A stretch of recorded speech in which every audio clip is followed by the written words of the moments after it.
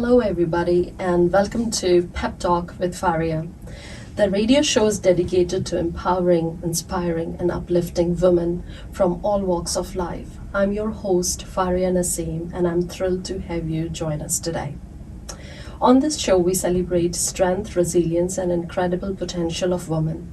Each episode, we bring you engaging conversations, thought-provoking discussions, and pep talks from remarkable women who have made mark in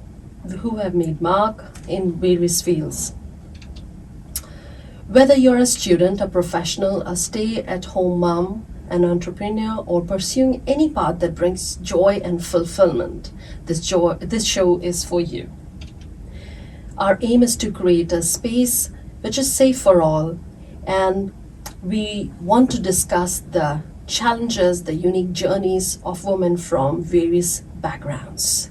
Our guests will share their experiences, insights, and valuable advice, offering you practical tools and inspiration to help you unlock your full potential. My guest today is Jo Baily, a writer, editor, publisher, writing coach, and kindness activist. She has written 4 books, including Never Forget, a collection of 6 true World War II stories, and is currently working on her 5th book. Wow! The story of a Christchurch nurse who served overseas during World War I.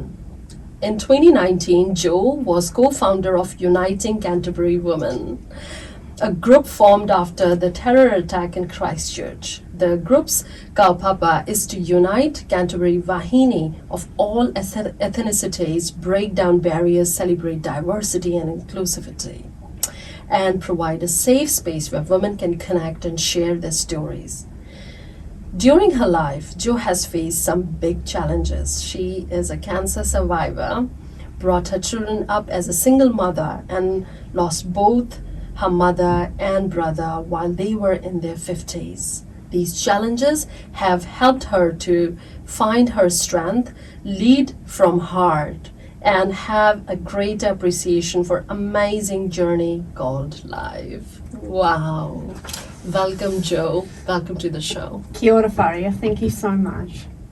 It's so inspirational and amazing to have you here. And to, while I was just reading your bio, I was so moved within that it's such a privilege to have you on the show. Oh, well, it's a privilege for me to be here. Thank you. Right. So without wasting any time, because I want our listeners to have you as much as they can, I would want you to please share your experience where you have faced a significant challenge or adversity in your life. And would be great if you can share us how you tried to overcome it and how it has impacted you in terms of your personal growth journey. Thanks, Fariya. I think the most challenging period of my life was 6 years that started in 1997, and that's when my mum was diagnosed with secondary terminal cancer. So it was a really hard time for our family. A couple of years later, in 1999, when I was 31, I was diagnosed with breast cancer. So Mum and I ended up on a mother-daughter journey that I wouldn't recommend. So we ended up having chemotherapy together, doing the Look Good, Feel Better program together. So it was really quite a journey. At the time, my marriage was pretty awful, so I was sort of going through all of that as well. And then my mum passed away in 2002 after 5 years, and then the following year, my wee boy, who was 6 at the time, had a stroke, and we nearly lost him. So it was just one of those periods where, and I know a lot of families have them, but where everything that could go wrong just seemed to go wrong. And thankfully, I'm still here, but obviously I lost my mum, which was just such a hard thing. And so when I look back now, I think for my own journey, while I miss my mum so much, and as you mentioned, I lost my brother a couple of years ago to melanoma, and he was only 51. Losing people very young is very hard, but I think for my personal journey with cancer, it gave me so much strength and courage, and I found, I think I refer to it as a steel inside myself that I just didn't know that I had. Yeah. And I think until you're faced with a life and death situation, you don't know that you've got that until you have to find it. And I was given 60-40 odds of survival. But I just remember thinking, okay, 60-40, that's better than 50-50, that's good enough for me. Wow. And I honestly cannot think of a time that I thought I would die and I wouldn't get through. I had 2 little kids depending on me, and so I was just determined to fight. And so I just found this reserve of strength, and I had a terminally ill mum at the time as well. I look back now and think there was so much going on, but then when you're in it, you do it and you find that strength. So I'm really grateful to my cancer journey for that. It gave me a lot of strength. I had just such amazing friends around me, and that was so important because my dad had a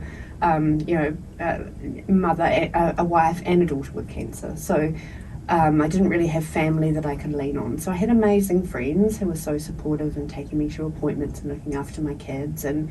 But I think one of the things that really got me through was actually in the midst of all that heartache and really hard time was finding joy. Wow. And one of my really good friends was a theatre director, and her and I, when I was still having, just at the end of my treatment, about to leave my marriage, we wrote a skit based on my very favourite TV show, The Young Ones, which I love, and I acted in it. I'd never done that before. I'd never written for the stage, never acted, and it was just the best thing. And the following year we wrote a full-length comedy show based on Robin Hood, and just surrounded by the most amazing people. There was so much joy. Yes. It was pushing myself right out of my comfort zone, and we took all these people on this journey with us. We put on the show. My mum was well enough to come. Fantastic. And so it was just so unexpected because I'd never had any experience with the theatre before, and it was just the most joyous thing to happen in the most terrible time. So I think that is something I would really, recommend. We still have to try and find joy. Life is still such an amazing gift, and there's always, positive things that we can that we can find and take through it as well. So that's amazing, actually. Not only you were in the middle of everything that could go wrong, you had people who were depending on you for so many things. There was a relationship that was going away and a few departures there, and in middle of all that, you used your 10%, which was above 50-50, so the 60-40 made the difference. And actually it was your attitude, wasn't it, that just made you thrive. And it's amazing to hear that you say that you were finding joy and you were doing things that you find as a source of joy at that time, and then you thrived on that. It's amazing. It's amazing. And good advice there to find the joy in the middle of everything that you have. All right, so what will be some key strategies or practices that women can employ on building resilience and confidence, self-belief? Well, I think the first thing is prioritising self-care, and I think that's true of anything in life.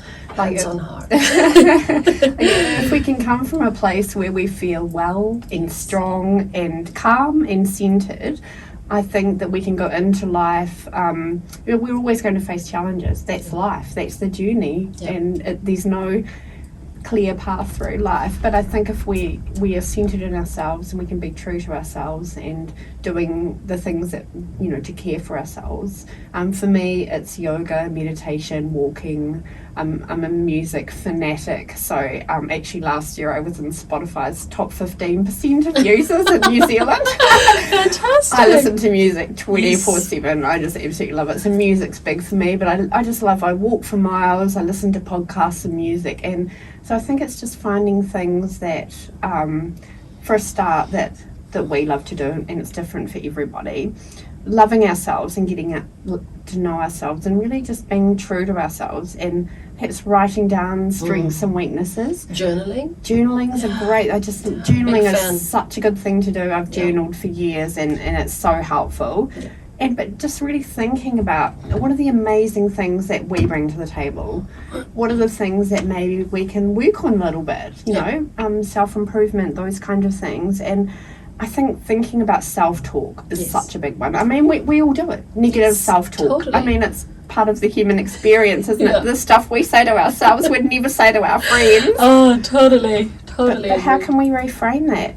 And you know, because that negative talk is what can really sabotage us going after our dreams, and because we go, oh, I can't do that, or, you know, playing small, it doesn't serve anyone, most of all ourselves. You know, we've all got amazing gifts and things to bring to the world. So I just think having that real confidence in ourselves and you know, getting outside support if we need it when we're going through challenges, whether that's friends or professionals or beautiful people like you know, life coaches that can help you work through, and then just being really discerning and thinking about, you know, all the messages coming in and what really works for me, what resonates with me, and I think really getting to know ourselves and backing ourselves is a big thing. Backing ourselves, speaking nicely to ourselves, being kind to ourselves. Amazing ideas for all of us. And no matter what we do and where we are in our lives and professional and personal journeys, I think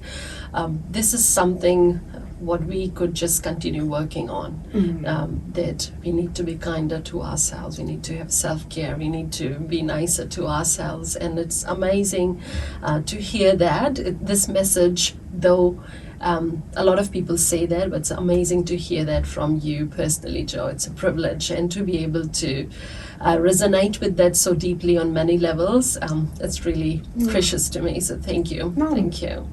Now, from self-care and joy and the things that we are able to, you know, get into our life and to pull ourselves up, there are other things which can be a barrier, right? There can be barriers, there can be biases, there can be stereotypes. Could you list or share just any 2 barriers or obstacles that you have encountered and how you navigated around? Well, you know, as a Pākehā woman who has got to know so many beautiful wahine from other cultures and ethnicities over the last 4 years, I know that, you know, I have become even more aware of my privilege, and I know that I don't face nearly as many obstacles and barriers as my friends from ethnic communities. I'm very, very aware of that. Unfortunately, I think being a woman of any culture, you're always going to face it. You know, my personal. So for my personal experience, it's, I guess, from my work side of things, when I've been a writer for a long time, and I've written a lot of stories about, I call them blokey subjects, and, you know, I can just hear the vibe, pick up the vibe, or the, you know, oh, it's a woman ringing me up about this. Oh, well, you know, what will you know, kind of thing. So I still get that. One of my clients I've written for years is a big heavy machinery specialist, and I ring up their clients and talk to them about all their big excavators, but I can just hear it, you know. Yes. But really, who are you talking to?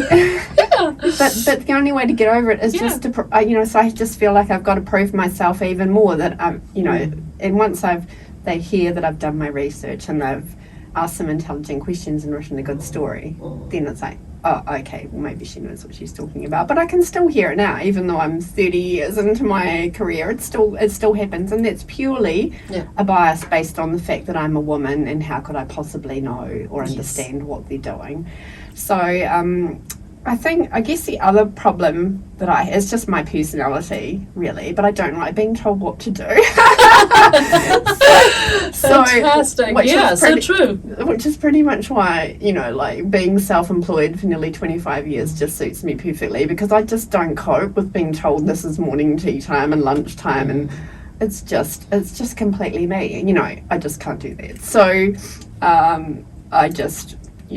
I think what you're trying to, am I right in saying that it is that you work better as an independent person, and then your creativity comes out from the field that you're allowed to do what you want to do best. And as young girls, often at times we are trained to behave to be good girls so that Yes. we are So listening true. to the voices around. And I think it is your strength, and that's why you're so amazing, Jo. That's why Aw. you're so beautiful. And women and Vahini from all the cultures, they love you. Not only Pakiha, just I've seen you connected with other women, and I know you personally, which is a blessing and such a privilege, because you have this Zen energy that people can come and relate to.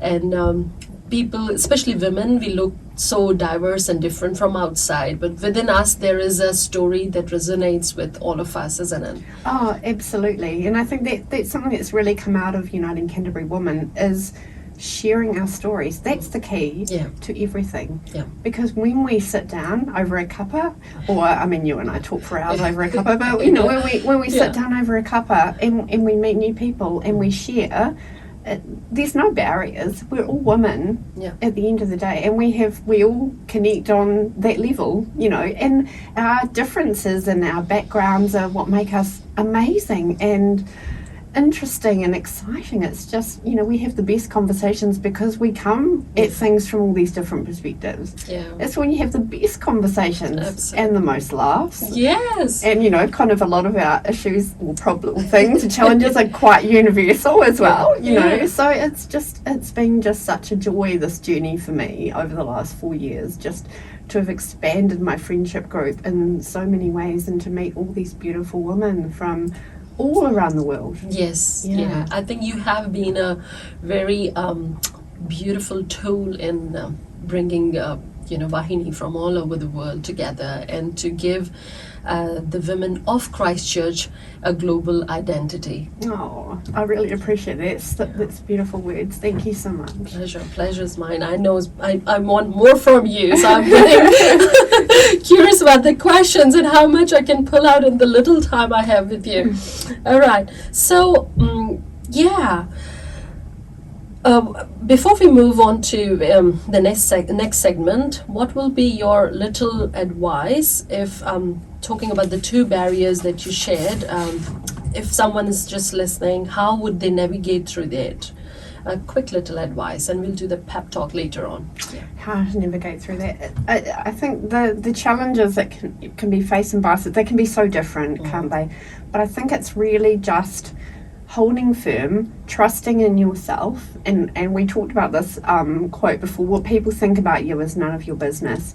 So I think it's just having that strength of character in yourself, and that can be really hard when you're facing a bias, but having that strength and standing up for yourself and what you know is right, and believing in yourself, and yeah, I think that's Fantastic. It's the inner strength, and it's like, and it's kind of almost putting ourselves in an egg and creating a barrier between us and that bias, but knowing in our heart what the truth is the important thing. I'm sure that it hits where it has to hit, and you're right, it is the inner light which has to be strong enough to be able to navigate through any point in darkness. So fantastic.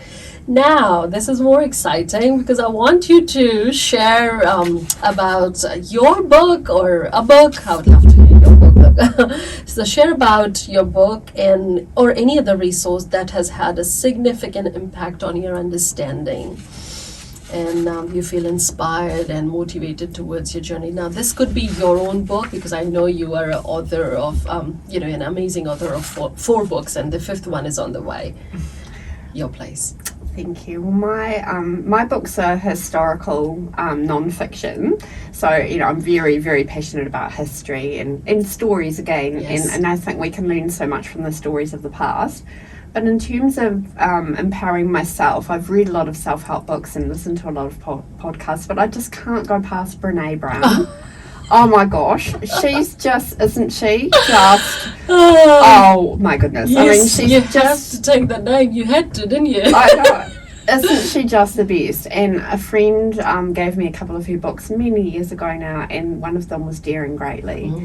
And I've read that book several times now, and it's just so inspirational. And there's a piece on the front, and it's she's an amazing research professor and author. But Daring Greatly says on the front, how the courage to be vulnerable can transform the way we live, love, parent, and lead.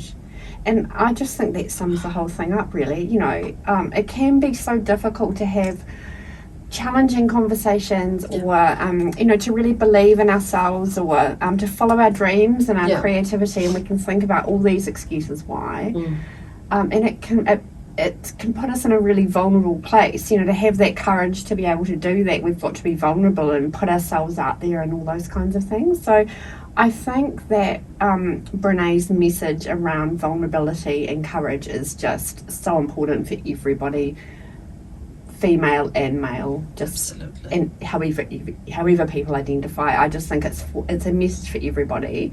And I think when that's combined with my journey of 25 years ago, when I had to find that courage, and then thinking about losing my mum and my brother so young, and there's this quote from a Mary Oliver poem that I absolutely love. It is, what is it you plan to do with your one wild and precious life?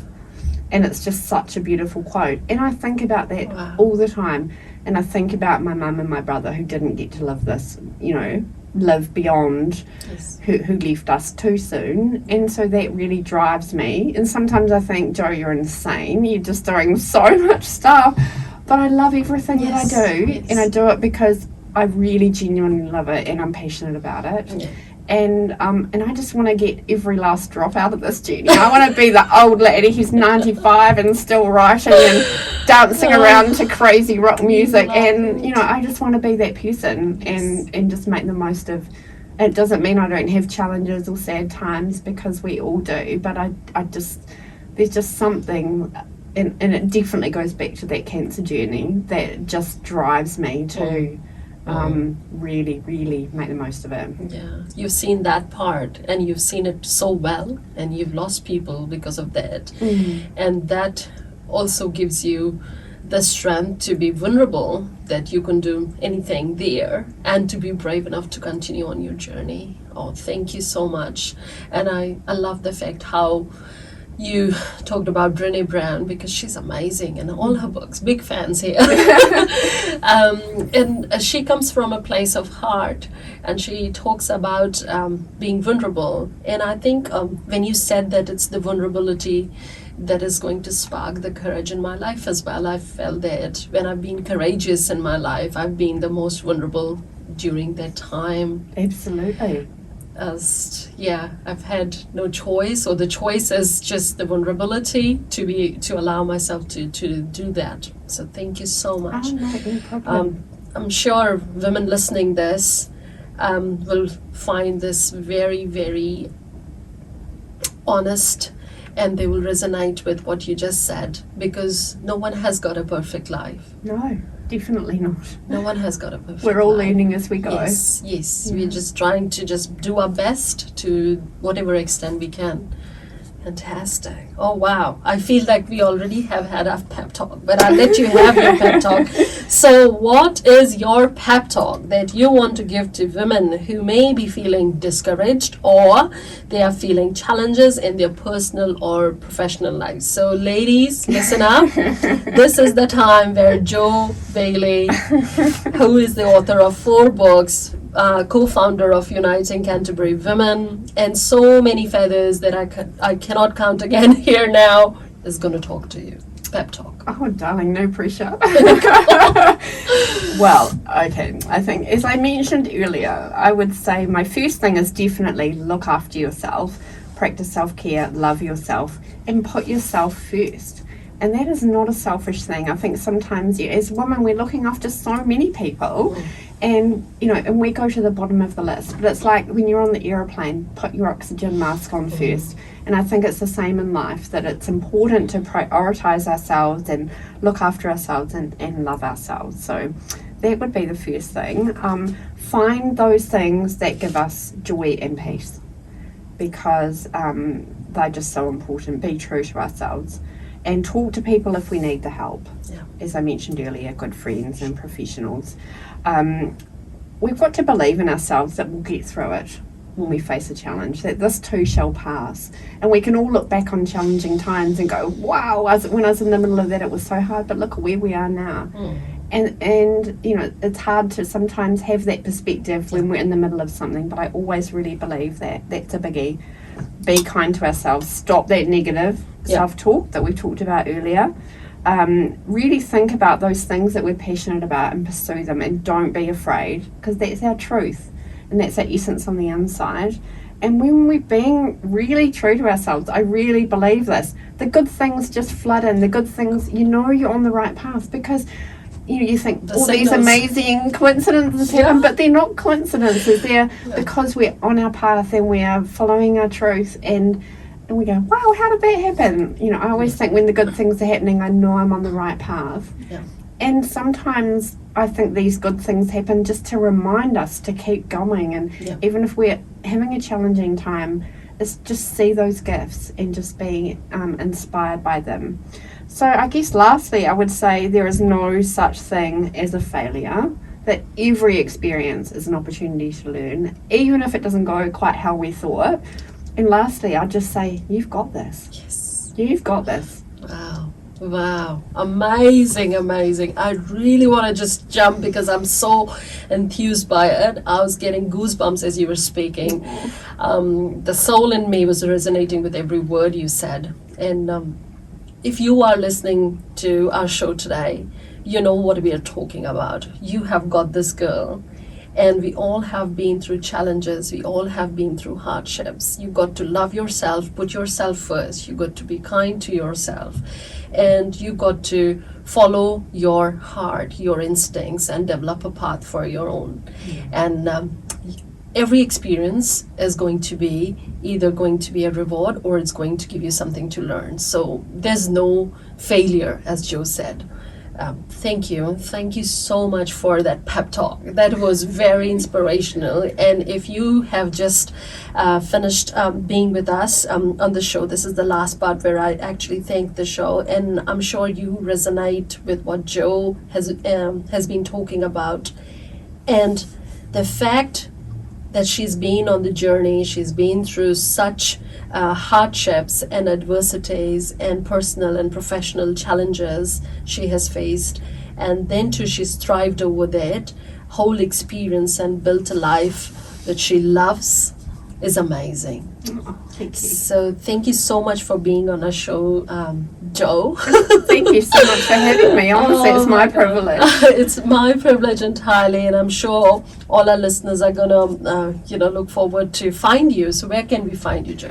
Well, I'm on Facebook and Instagram as Jo Baily Author, and I've got a website, jobaily.com. And Uniting Canterbury Women also has a Facebook page, so please come join us on there. There's 1,500 followers now, which is amazing. And we've got some exciting events coming up in July and August, so please do jump on there and you'll find out all about them. Absolutely. And I've been to your events, and nothing has touched my heart like your events have, in so many different ways. And such beautiful group of Wahine and diverse communities are part of United Canterbury Women.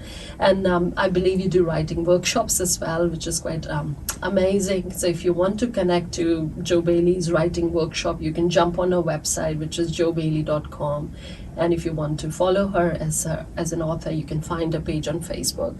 And definitely make a point that you come to the July event for United Canterbury Women. So fantastic. Thank you so much. Thank you, Fariya. It's been a pleasure. Thank you so much for being on the show. I will talk to you later. Bye-bye.